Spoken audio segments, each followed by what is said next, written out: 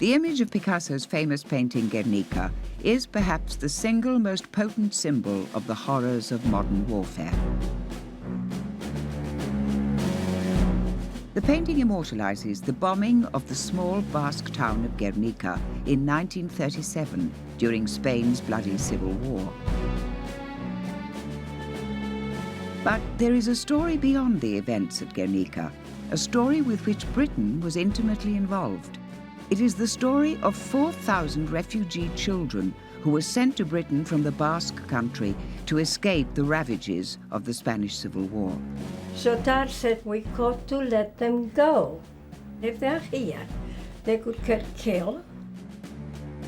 The children left behind them all that was precious to seek sanctuary. I still remember that moment of pain and sorrow. By any measure, it was a momentous historical event. It was the biggest single influx of refugees into this country that there had ever been. So why has such an extraordinary historical episode been ignored? In this film, we reveal for the first time a remarkable conflict between a British government that saw the children as a political embarrassment and a popular movement that was sympathetic to their plight and which cared for them throughout their stay. This is their story, the story of the Guernica children.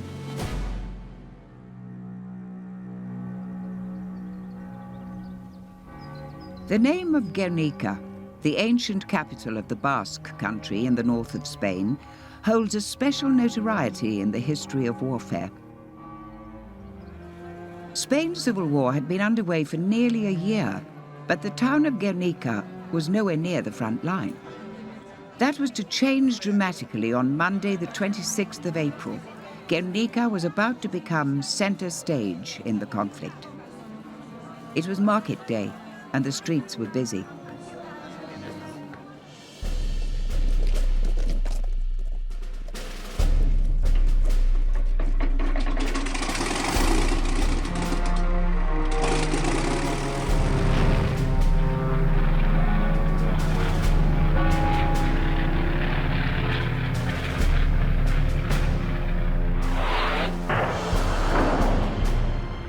The German Air Force, who had been dispatched to Spain to help Franco's and the nationalist cause, bombed Guernica on Monday the 26th of April, 1937.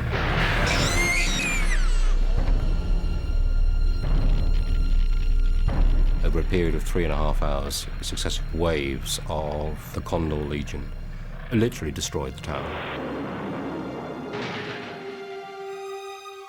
The number of people who were killed, nobody knows.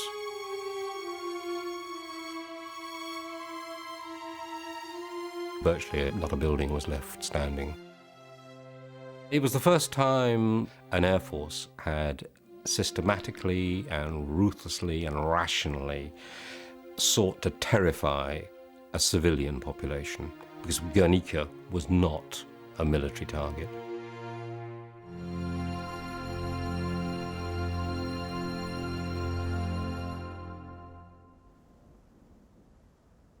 The events in Guernica brought into sharp focus a conflict that had been raging since the July of 1936. It was on the 17th of July. It was a beautiful day. We were on holidays. Everything was normal, playing outside. And then, during the night, I heard shooting and shouting and the cars coming back and forth. And when we were up in the morning and come down, we were really surprised and amused, really, because there was barricades here and barricades there.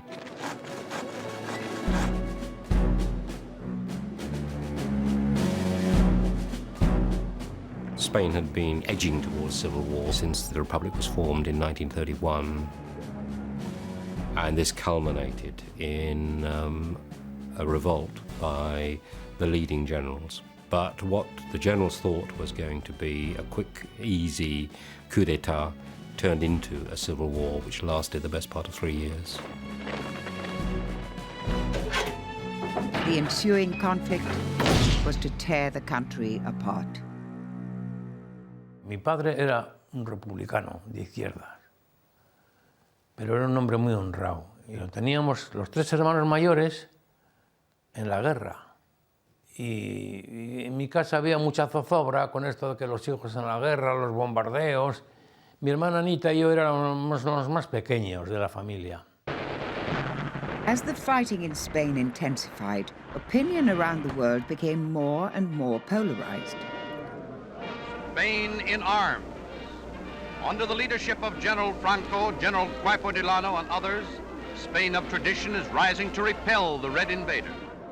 The Spanish Civil War became seen as something much wider than a purely Spanish conflict, and it became seen as being an essential struggle between the forces of decency and Christianity versus revolution and communism and atheism, whereas others saw it as the essential struggle of democracy and democratic values and liberal values versus the ever-increasing threat of European fascism.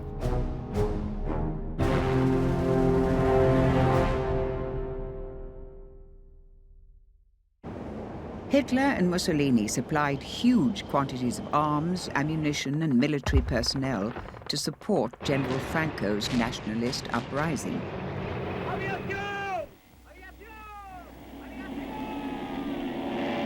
Europe's fascist leaders saw Spain's civil war as the perfect testing ground for a new generation of aircraft, which would add a completely new dimension to warfare. Languages student Eric Hawkins had no doubts as to where his sympathies lay. When the Civil War broke out, I had just finished my degree at Cambridge. For me, it was a disaster because it meant the end of every hope that we'd been encouraged to build up about the Spanish Republic. There was something about the way in which the Republic was trying to make progress, which appealed very much to students of my particular generation. But the British government was, at best, ambivalent about the Spanish Republic. And anyway, foreign policy was more concerned with appeasing Hitler in the hope of avoiding another world war. In September of 1936, Britain helped broker the Non-Intervention Treaty. Officially, Spain would be left to its own devices. The major powers of Europe would not get involved. As Guernica showed, the treaty didn't work. Germany and Italy continued to pour in military assistance to help Franco's nationalist forces. Spain's Republican government appealed for international support, but Britain refused. After just a few months, General Franco's forces had taken over half the country. The nationalist advance had cut Spain in two, isolating the Basque region in the north of the country, which remained loyal to the Republic.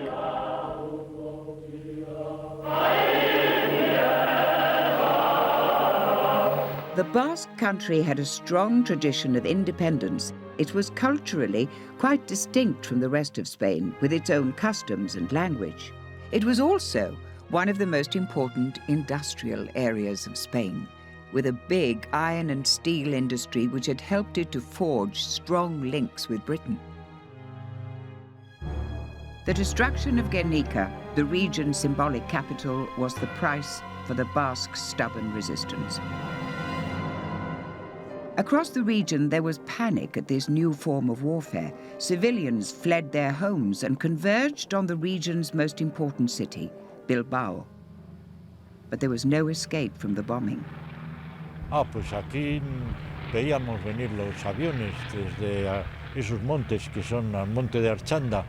Veíamos venir los aviones a bombardear esto. Teníamos que esconder ahí en los sótanos y un refugio que había ahí detrás. Primera vez, claro, mucho miedo, porque yo no había visto nunca un avión así en aquellos tiempos.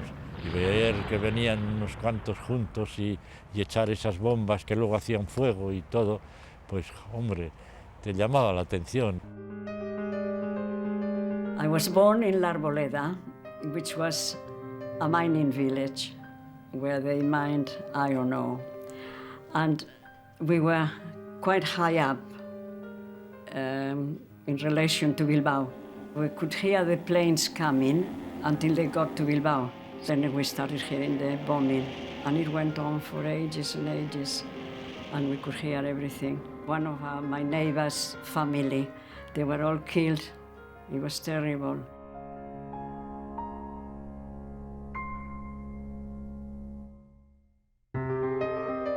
Bilbao was virtually undefended from these aerial attacks, but occasionally a few of the Republic's aged aeroplanes were scrambled to engage the German bombers.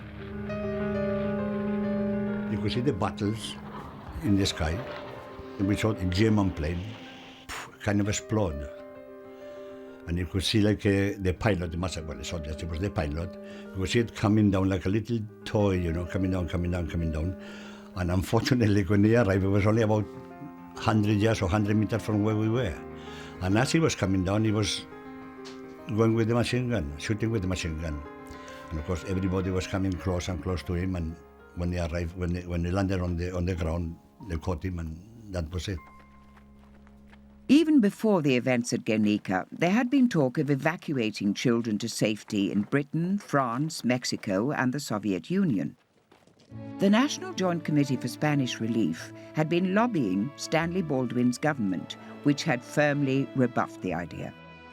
The Foreign Office was initially opposed to any notion of evacuating non-combatants from the Basque region to Britain. Their argument was that it would constitute an act of intervention and would therefore contravene the Non-Intervention Pact. The British ambassador, for instance, spoke of removing useless mouths from this scene of conflict in Bilbao particularly would enable the Basques to resist the nationalist forces that much longer, and therefore it was effectively intervening in the Civil War. Huge demonstrations all over England expressed their sympathy.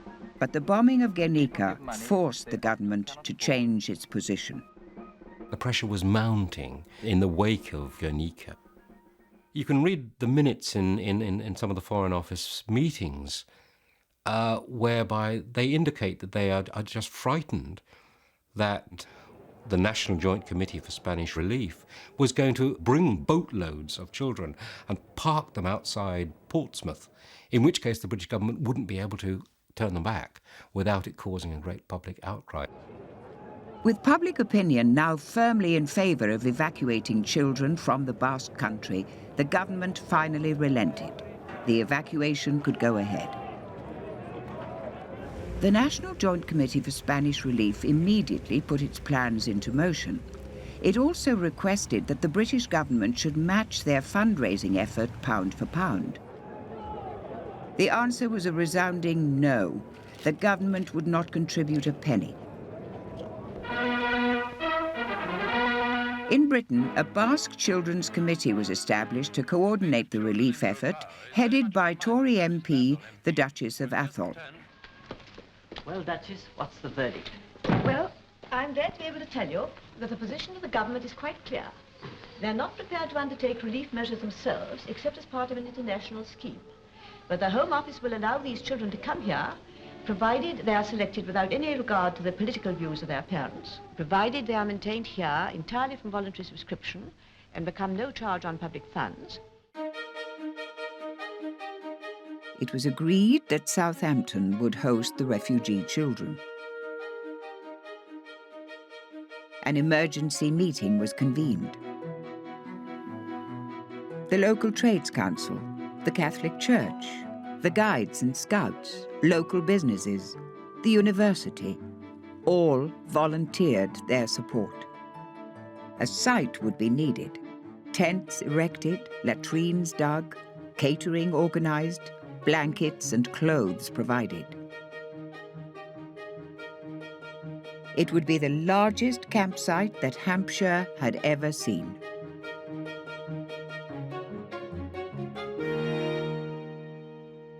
Meanwhile, With bombs now falling daily on Bilbao, parents were desperate to enlist their children for evacuation to France, the Soviet Union, Mexico, and to Britain. So Dad said, we got to let them go. He said, look, they're only young, they've got their lives in front of them, and they'll make their way in life if anything happens to us. But if they're here, they could get killed, they could starve to death because we don't know what would happen. Who's going to look after them here? So you might as well send them to England. I remember that one day we were bombed again, and my father decided, and my mother of course, to send me away anywhere for at least to be one of us to carry the name, I suppose. We went to different places to join, to Mexico, Russia, places like that, but they were all full. And we happened to go to the one for Great Britain, and it was a vacancy, so that's where I came. A medical team was sent to Bilbao to help with the preparations, but their work was severely hampered by the constant air raids. The doctors examined us, and while we were in the queue waiting to go into the office, they started machine gunning us. The planes came over and they started machining us. So just before that, Papa said to us, now if the planes come, don't panic. Because what we did panic. Because we ran, we scattered all the children, and I think they killed some of them.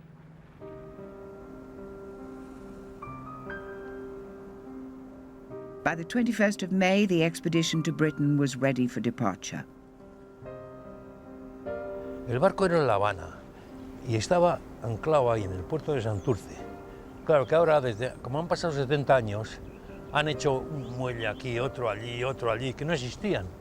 Salió de La Habana con 4.000 niños, entre los cuales iba mi hermana Anita y yo.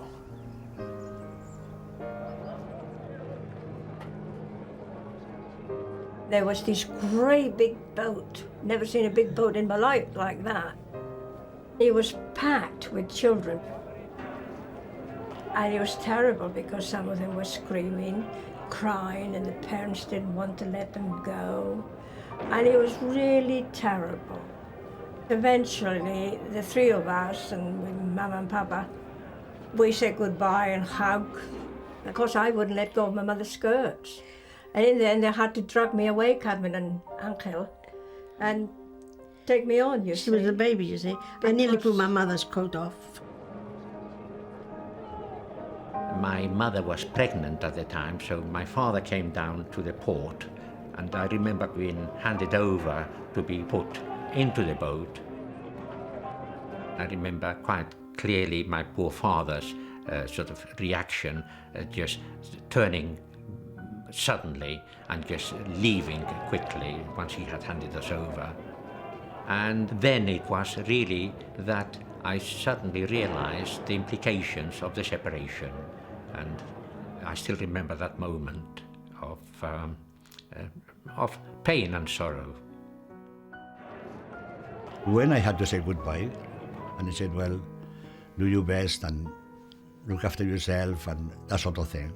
And you start walking towards the station, and then you look back and you see them weeping and crying. Then something dropped on me, and I said, good God, you know, that was a very, very sad moment for me, which I'll never, you know, even now when I'm telling you, I can feel it. I think it was a spirit of adventure somehow, you know. We were only coming for 3 months. That's all we were told. Oh, we'll be back in, no time, you know, like a long holiday. I don't think it went deep enough because we didn't realize how serious the situation was and became more serious later on, of course.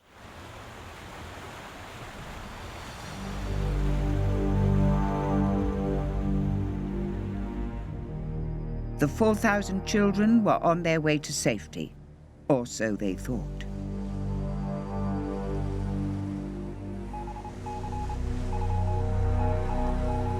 Hombre, pues se había hablado de que estaba el Cervera, me parece que era así, un barco de Franco. Pues estábamos con miedo, sí. The captain of Franco's ship sent a message to the Havana captain saying that he had to turn back with all the children back to Spain. If not, he would sink us. Now then, we were told that he did turn back, but at the same time he sent a message to the English ships that were near to come and help us. Despite the British policy on non-intervention, 2 British battle cruisers were soon on the scene to escort the Havana to safety. Whatever you think about non-intervention, it was interpreted in such a shameless way, it seems to me, whereby on the one hand we could use our own forces, our own navy, to escort children here, there and elsewhere. But once they were here, not a penny of public money was to be spent on their support. I mean, nowhere else in Europe, to where Spanish refugee children went, was non-intervention interpreted in this way. And the adventures were by no means at an end.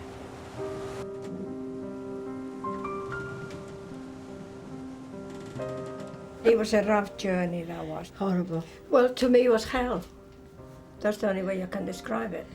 I was being sick all the time. There were so many of us. It was unbelievable that so many crying. One was crying, She was crying all the screaming. time. Terrible. I used to carry her up the top for fresh air on my back. No wonder I got a bad back. When we got to the top, it was so many children there and they were all being sick. It was like a skating ring. It was pretty awful. We slept on the floor and we had no overcoats, my brother or myself, just the clothes we had on. The little bag of clothes that my mother had made were put into a wire cage and we never saw them again. With the rough seas, we were rolling about, being sick and rolling in each other's and our own vomit. It was pretty horrible. And best foreign news of the week, from the horrors of civil war to the peace of England, come 4,000 Basque children, refugees from the scenes of bombing and bloodshed at Bilbao, of which they at any rate are innocent. Whatever his sympathy in the Spanish War, there is no one who doesn't rejoice that these children have found safe and happy asylum. The arrival of the Havana, the boat that had brought them from Bilbao to Southampton, was front page news in all the newspapers. It was on the newsreels and so on.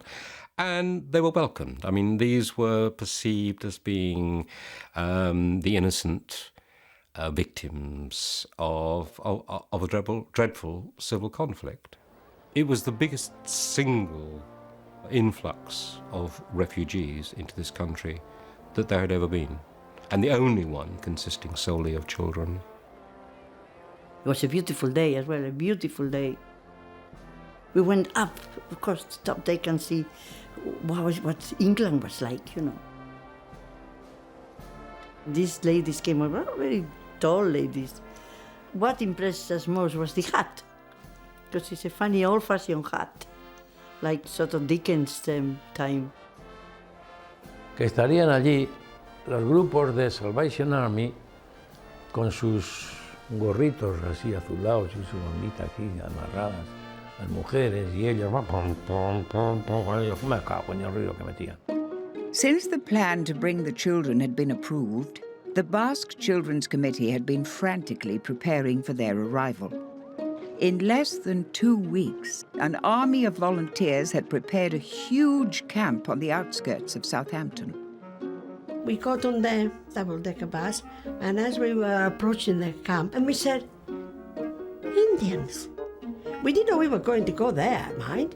We just thought, all these tents, they must be Indians. We thought, ooh, we didn't know they had Indians. That's all we knew, ain't it? And then these big double gates opened. It was a massive camp full of tents. And for us, it was very, very I don't know if it was exciting or frightening or what, because I never seen a tent in my life. And to accommodate 4,000 of us, you can imagine it, how big the camp was and how many tents were there. There were the huge piles of straw. And in the tents, there were the mattresses. And they used to tell us now, by signal, because they couldn't speak no English, they couldn't speak no Spanish, this particular people anyway. So what they meant is for us to put the straw into the mattress to sleep on it.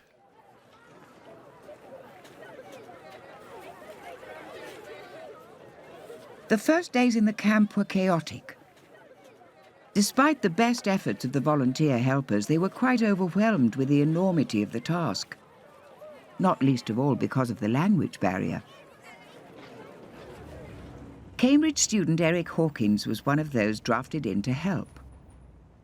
My own participation in it began really one Sunday afternoon when the professor walked around to my rooms, not finding me in, left a note on my table saying, "Can you possibly get yourself to Southampton urgently, because they're in a terrible mess and they need some Spanish speakers."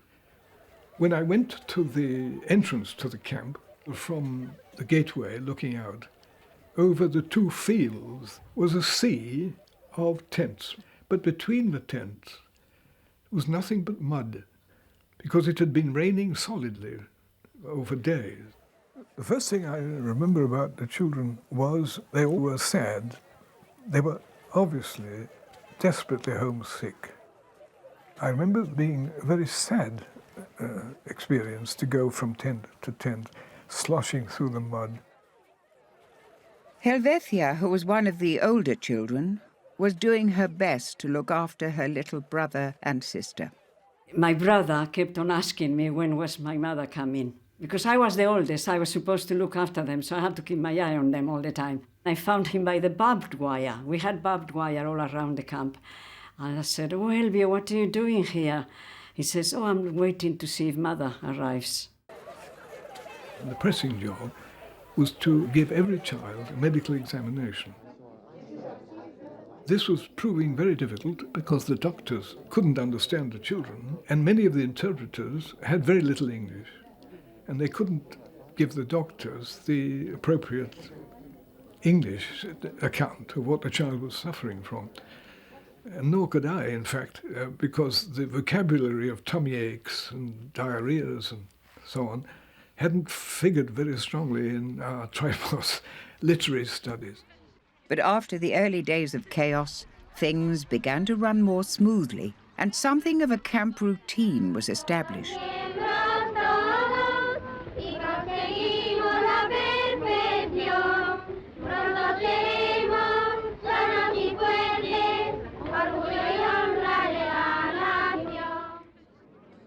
It wasn't long before the children became something of a cause célèbre, with visits from VIPs, politicians and celebrities. One contributor I remember was Joe Beckett, the famous boxing champion of Britain. Very well known from having been seen on the cinema screen. He came to help to organise sports, games for children. This variation of an ancient sport was even more popular. He was a hero. It was like if Beckham was to come, just the same. It carried a kind of prestige and authority that we couldn't have done without. But just as things were starting to run more smoothly, the news that all the children were dreading was announced. Momento de izarse bandera nacional en la capital de Vizcaya. Bilbao had fallen into Franco's hands. El ejército de Franco entró en Bilbao. Allí empezaron a llorar la gente. ¡Ay, madre, mi madre! ¡Ay, dónde estará mi madre, mi padre! Everyone started crying and screaming and embracing each other and say, "Oh, no, no, no. How are we going to go back now because they're there?" Some of us, we ran into the town. We were a bit wild, put it that way. Most of us crying and thinking about what's going to happen to our parents. I suppose that we were thinking in our minds. It was kind of a small riot.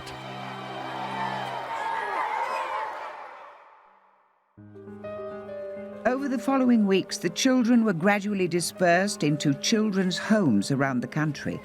But the disturbance at the camp was the cue for an orchestrated campaign for the immediate repatriation of the children. They'd been in England 3 weeks, and it had been a kind of a honeymoon period. From that point onwards, things started to change. Those who didn't want them to come, those who thought they shouldn't have come, those whose sympathies were for Franco and the nationalists, began a campaign to say they must be repatriated. These were little Reds, and the sons and daughters of Reds, who went around with clenched fist salutes and so on. And the sooner we got rid of them, the sooner they were sent back to Spain, the better.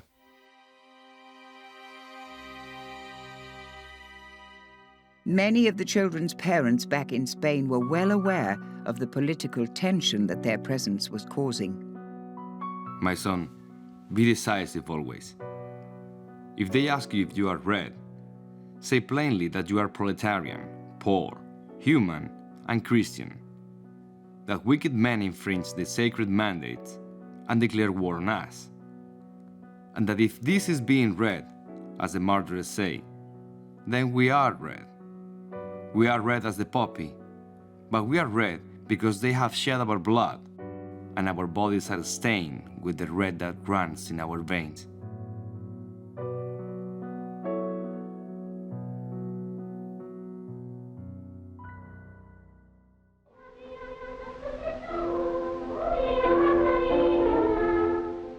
For many of the children now settling into their new homes, the reality in the immediate aftermath of the fall of Bilbao was that they had no idea where their parents were. My father was in politics. He was still in the Republicans' side and politics to defend his small town. When he was taken prisoner and taken to Bilbao prison, nobody knew where he was. And they sent him to 30 years in prison.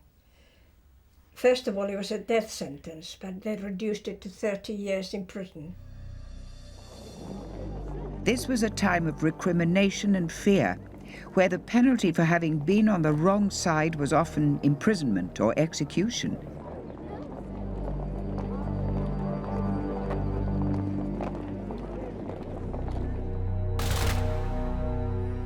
In this situation, the Basque Children's Committee insisted that it would only send the children back where there was a clear request for their return from the parents. By early winter, they had all been moved into country houses, and English people had learned to love them. Around 100 homes were set up for the Basque children around the country, some run by local volunteer committees, others by the church. The Salvation Army arranged accommodation for a large number of the children in London. Que llegamos a Londres a un sitio que se llamaba Clapton.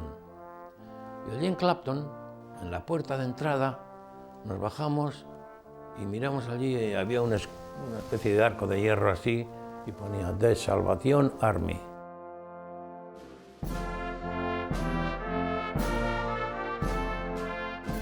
They used to have terrible fogs in London. Yellow, absolutely yellow. And I never seen anything like it. And I woke up one morning and you couldn't see hardly in front of you in the bedroom. And I thought I died and I'd gone to heaven in my bed. Me acuerdo que en medio de la habitación había una chapa en el suelo y en medio de la chapa un balde. Y allí era para orinar. Para los niños que se despertaran y de vez en cuando estabas durmiendo y oías... Me cago en Dios. One of the most successful of the homes run by a local committee was that at Pampersford near Cambridge. The colony at Pampersford was made possible by the action of the vicar of Pampersford, who didn't need the enormous vicarage that he was living in. And so he offered it rent-free to the Cambridge Committee. The afternoons were not for lessons, they were for activities. The emphasis was on having the children express the fears and anxieties that they were nursing inside them.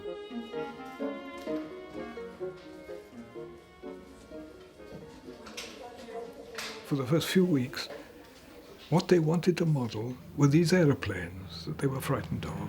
And they turned them out in all kinds of colours and shapes, always though aeroplanes dropping bombs.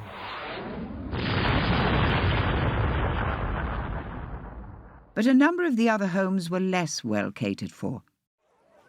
We were about 80 of us, and we went into the bus. They didn't tell us where we were going, only to Wales. I remember coming to this place outside Carmarthen called Brecha, and it was a camp right in the country. There is wooden huts, the same as you see now then in concentration camps, I suppose. We were quite happy. We didn't have no classes, no lessons, no nothing, no school. So we were all day wandering in the camp. The presence of a group of unsupervised teenagers was a recipe for trouble. There's about 3 or 4 of the eldest boys, they were about 16, went to 17, they went to the village. And in those cases, there were not many cars about. And some of the boys might have gone, oh, this is smooth, this is lovely. But apparently, the owner of the car thought that they were going to damage it. So he came out and he gave him a kick in his ass, excuse the language, and they tell him to run. And this boy, he was fairly bad because he had to go to the hospital because his cheek and his bum was swollen, you see. That was the beginning of all that. One thing escalating to the other.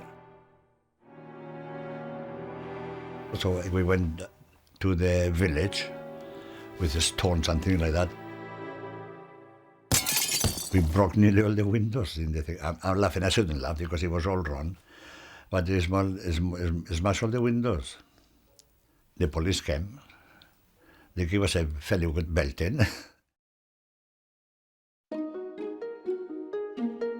There was this very strong opposition, which the Daily Mail was the leading expression of.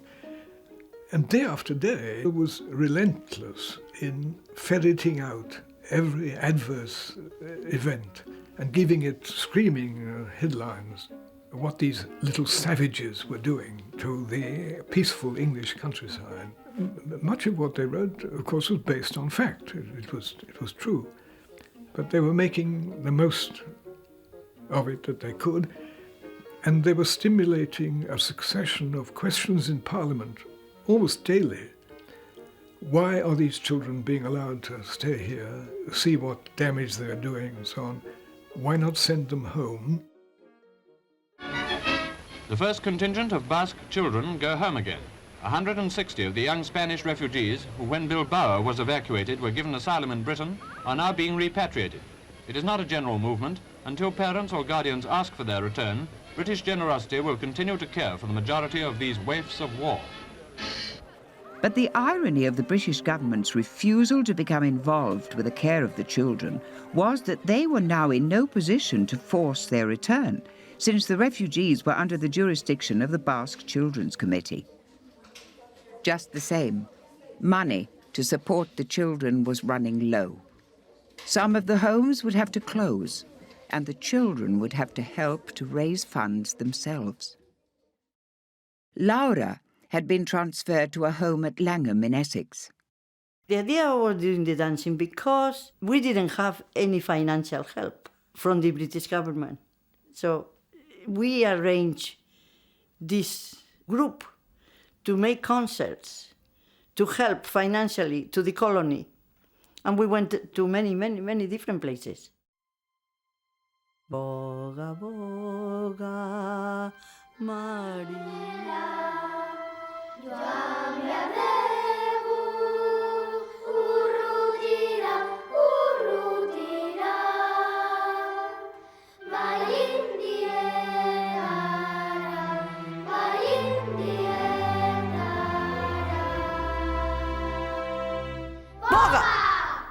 That's what we used to do. The people were surprised because boga is a swearing word in English. And when we said it all with such an emphasis, sort of, the people were surprised and they used to start laughing. By now, Carmen and Josefina had been taken away from London and returned to a home on the outskirts of Southampton. We needed the money, so they wanted to see us dancing and singing.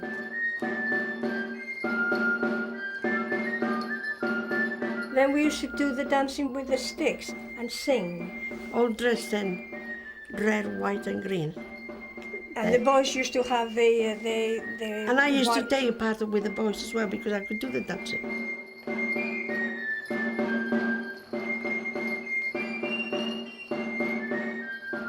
The Basque Children's Committee also organised big national events to help raise funds and keep the media spotlight on the story. One effort I remember very well was a meeting, tremendously crowded meeting in the Albert Hall in London to hear Paul Robeson sing. He certainly pulled in the crowd. I remember I was there with Ellen, my girlfriend. There were no seats to be had anywhere, but we managed to get in right at the top and sat on the stairs. Paul Robeson, I remember saying, while the buckets went round collecting the money, the atmosphere was, I can only say, quite electric.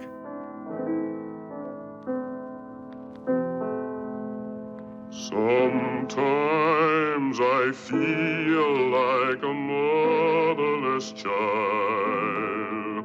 Sometimes I feel like a motherless child. A long ways from home. A long ways from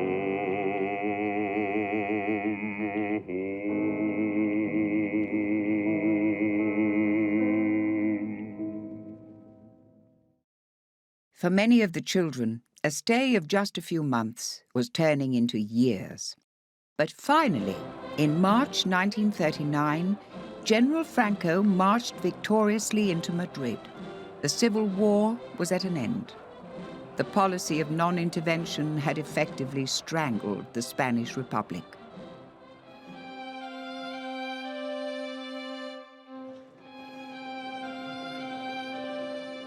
The end of the war was the cue for another massive exodus of refugees, fearful of recrimination, reprisal, imprisonment, and death in Franco's Spain.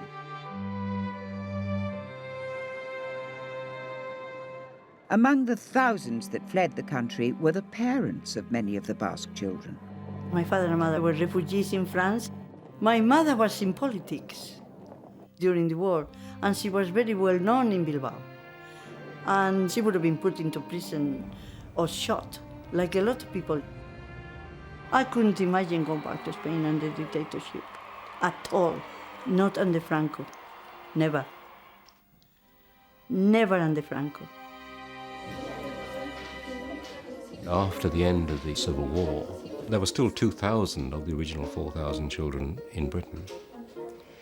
Many of the children didn't know whether the particular parents were in exile themselves in France or elsewhere in Spain, whether they'd been shot, whether they were in prison, and into those circumstances, you couldn't send the children back, was the position of the committee.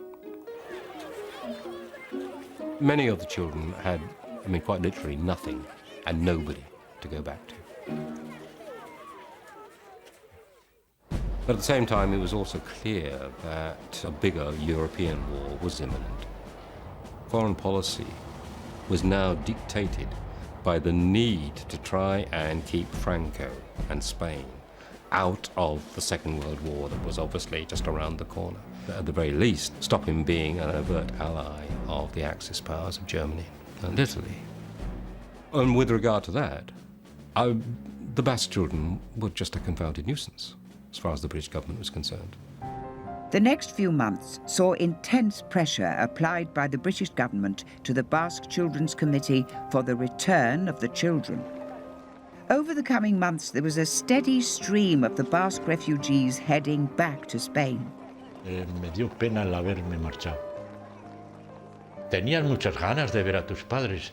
Mi madre, yo recuerdo en la estación que nos esperaba, pues estaba, ay, ¿para qué? Pues sí que nos abrazó y tal, pero estaba triste de haber venido porque ahí lo íbamos a pasar muy mal. Mi padre le metieron una temporada en la cárcel, estuvo mis hermanos en campos de concentración. After the end of the Civil War, Franco's government had been recognised by the British government.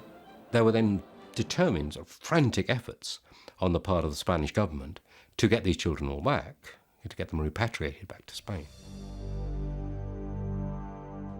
Documents unearthed recently show that Franco's government was determined to get the children returned by whatever means was necessary. The most difficult task is to find as many expatriates as possible, whether their return has been requested or not. Our representatives abroad request their return to Spain. In 99% of these cases, the request is denied. In such cases, we resort to all means at our disposal to obtain the children. We were told that we would be going back to Spain. We didn't because of the onset of the last World War. Many years later, I said to my parents, "Why did you claim me back?" They said, "No, we never claimed you back. We couldn't have you back, and we never signed anything asking for your return at all." The signature had been falsified. The Basque children in Britain were amongst the lucky ones. From other countries, there were forced repatriations and kidnappings, and once back in Spain, the children were often placed in orphanages or adopted by families that Franco deemed to be suitable. For many of the children returning from Britain, life was hard beyond belief. Menuda faena, lo de llegar a España en aquellos tiempos. Claro, la gente ahora no se lo cree, pero joder, fueron unos tiempos muy malos en España. Joder, qué hambre había. Mira, con decirte que las naranjas las comíamos sin pelar. O sea, las naranjas, ¿qué tal el pellejo? Con pellejo y todo. O sea, mucha hambre. And the country that the children had returned to was a country dominated by fear, and where the penalty for breaking the strict censorship laws was harsh in the extreme. This is the BBC Home and Forces programme. The BBC Home Service, here's the news. Y yo, joder, allí mi padre, como era un experto en radio. We shall defend our island, whatever the cost. Mi padre los metieron 3 veces a la cárcel. Y estando una noche allí en casa, llaman a la puerta, bum, bum, bum, 2 brigadas. ¿Qué pasa? Dice, y mi padre había estado oyendo BBC. Me cago en 10. ¿Cómo? ¿Usted está oyendo aquí estas porquerías de los ingleses, tal y cual? Va, a la cárcel. Y mi reacción era odiar a Franco, ¿no? Within just 6 months of the end of the Spanish Civil War, the attempts to appease Hitler and contain the conflict had clearly failed. Europe was at war. The Second World War would effectively close the door for the return of any more of the Basque children for 5 years, while the rest of the world would feel the pain that Guernica had felt. Guernica was the first. Anthony Eden referred to it in his own memoirs as the first bombing of the Second World War, the first event in the Blitz. It's fascinating to reflect that the government had been so reluctant to have these 4,000 Spanish children, refugees, arriving here. At the same time, was very soon starting to plan for the mass evacuation of its own non-combatant population out of the cities that they knew were likely to be bombed in the same way that Guernica had been. And despite, having a couple of years to plan it, I'm not sure that they made a terribly good job of it by comparison with this raggle-taggle army of volunteers who supported the Basque children in Britain.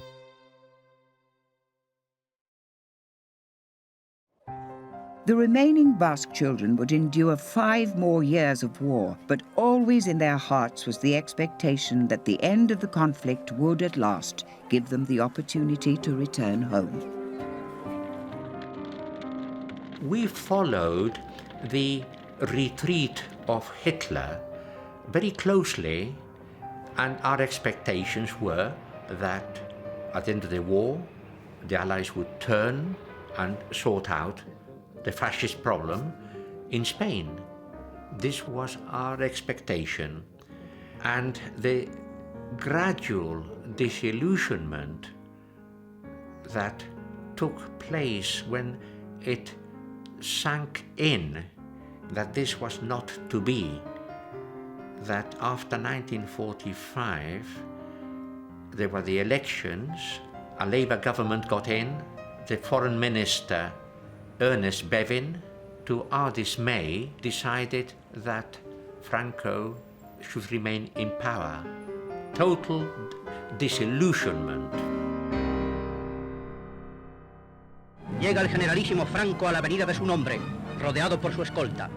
After the end of the war, and there were still some 450 or so Basques still left in Britain, for the most part they felt that the Allies hadn't stopped, the Allies would continue, and they would get rid of Franco, and that they would be able to return to a Republican Spain. What did happen, of course, was the Cold War, and Franco successfully able to present himself as the bulwark against communism in Western Europe.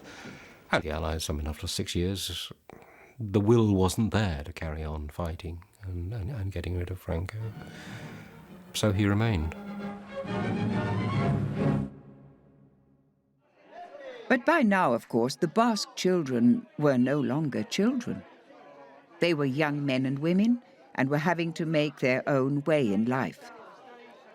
For many of them, the bonds that they had formed with their compatriots would be an essential part of their lives in Britain. In London, in particular, the community of Spanish exiles became an important focus. We all sort of considered as part of the family, you know. We had a group called Amistad, which means friendship. It was a political place, and anyway, we were all Republicans, so that's politics anyway. We were very cohesive in London, very much. And we've been through a period of war, and we were right in the middle of it in London. So we were very, very, very close, and we were very politically minded.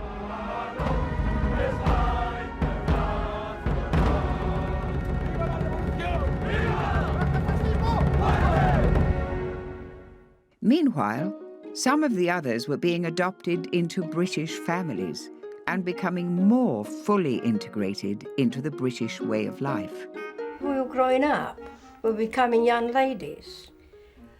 And of course, life alters. You meet different people, and then eventually, like Carmen was after me, I met my husband, my late husband. And of course, life does alter. You don't start thinking, oh, I think I better go back to Spain. You start making your life here.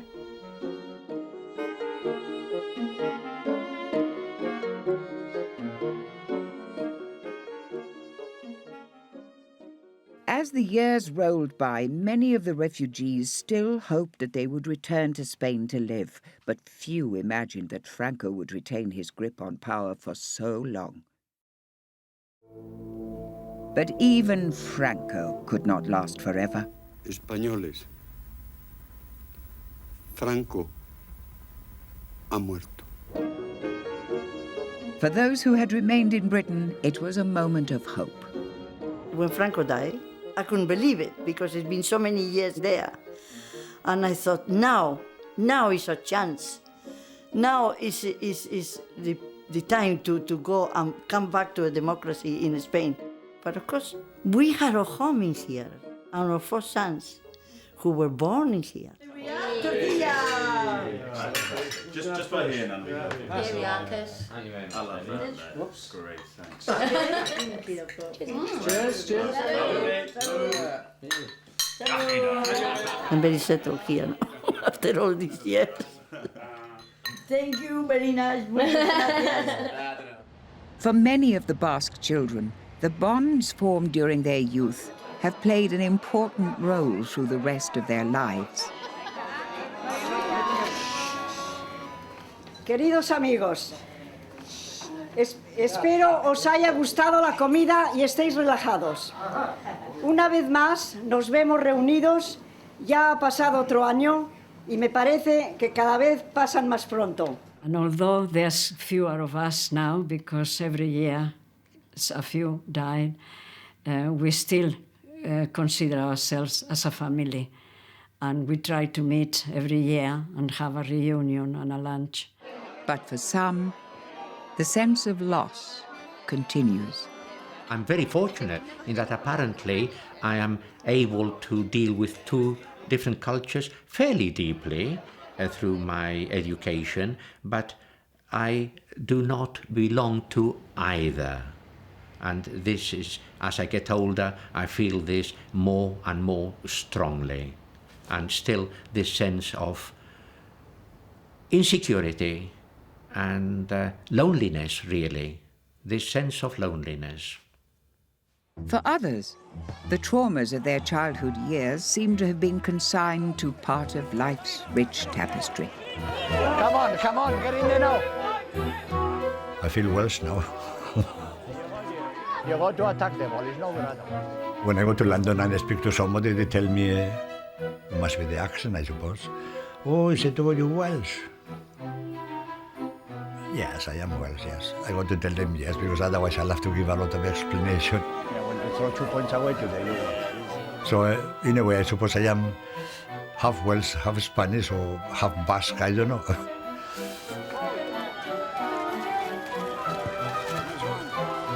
Come on, yes! Yes!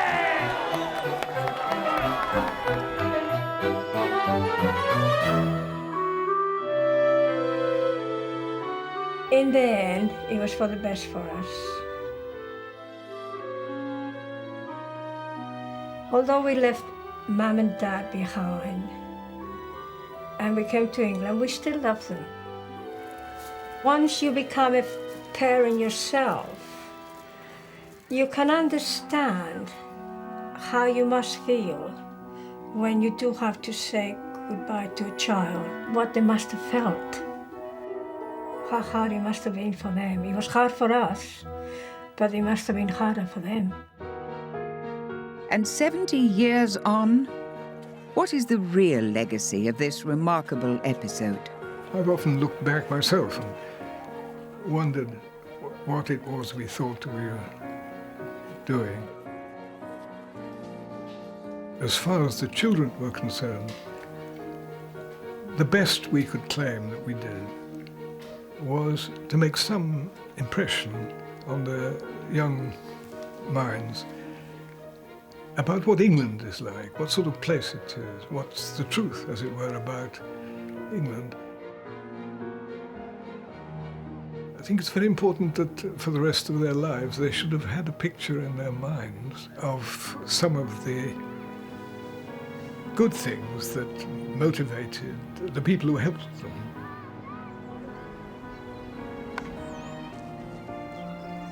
Ya lo he dicho, que para mí en el mundo está Euskadi y después Inglaterra. Inglaterra porque estoy agradecido a cómo me han tratado. And a sense of gratitude to ordinary people of Britain who helped them is a sentiment expressed by many. I would like very much to thank all the Southampton people who helped us. I would love to thank them from the bottom of my heart. They were wonderful.